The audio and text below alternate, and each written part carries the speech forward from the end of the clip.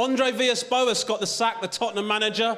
He got sacked. Here he is, good-looking man, good-looking man. People feel sorry for him. I don't feel sorry for him, right? Because all these Premier League managers, when they get sacked, they get a massive payout. It's amazing, right? If I got a massive payout if I got sacked, I wouldn't finish my set here, right?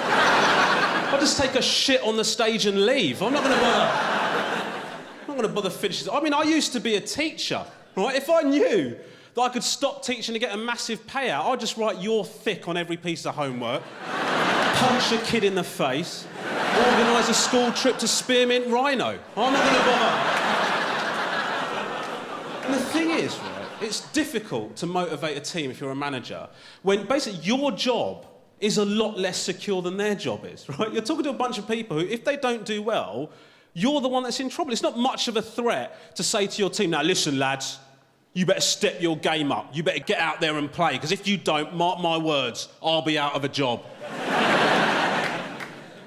I mean, he shouldn't have been fired. That's the truth of it, right? It was actually all right. The thing is, managers are getting less and less time in the job. We're going to get to a situation where a manager's saying, well, I'm really excited about taking over this team, and I can only hope that I provide a better team for my successor to take over in the second half. I mean, most of these managers are dealing with people that are earning a lot more money than they are. It's a very difficult situation to manage. You can't imagine the manager of Sainsbury's having to go out to the car park, watch the guys tidying up the trolleys and going, you lucky, lucky bastards.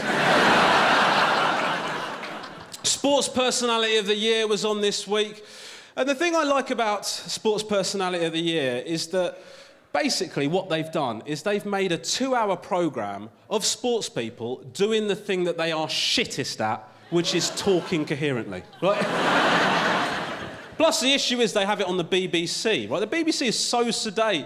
I want to see them put it on a better channel, something more exciting. Put it on Dave, yeah? Then it'll be exciting. They'll have much better categories, yeah? Biggest legend on a night out. Player that cast the biggest shadow in the shower. Award for player most likely to shag your mum. Rooney!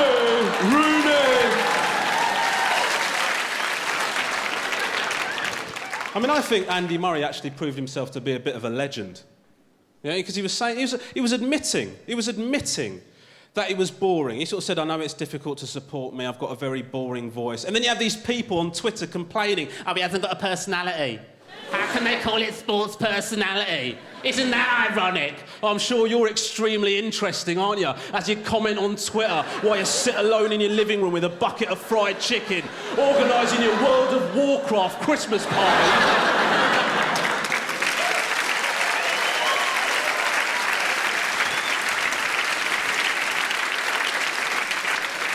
There's been loads in the papers about alleged match fixing. Right? I read a story about one bloke playing football. He smacked someone in the balls twice to get sent off. And then the thing that I don't understand about this is, right, what happens if you've been given a bribe to get sent off and the referee has been given a bribe to not send anyone off? What happens then? You're going to get a situation where the player's shagging the ref's missus, going, look at this, you prick! And the refs just go, I'm just going to have to play the advantage. Now, apparently 900 people aged 65 and over were treated for taking illegal drugs. Right.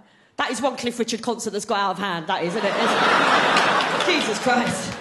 I'm sorry, like, if you're in your 70s, the only thing you should take that's brown and comes in foil is a Werther's original.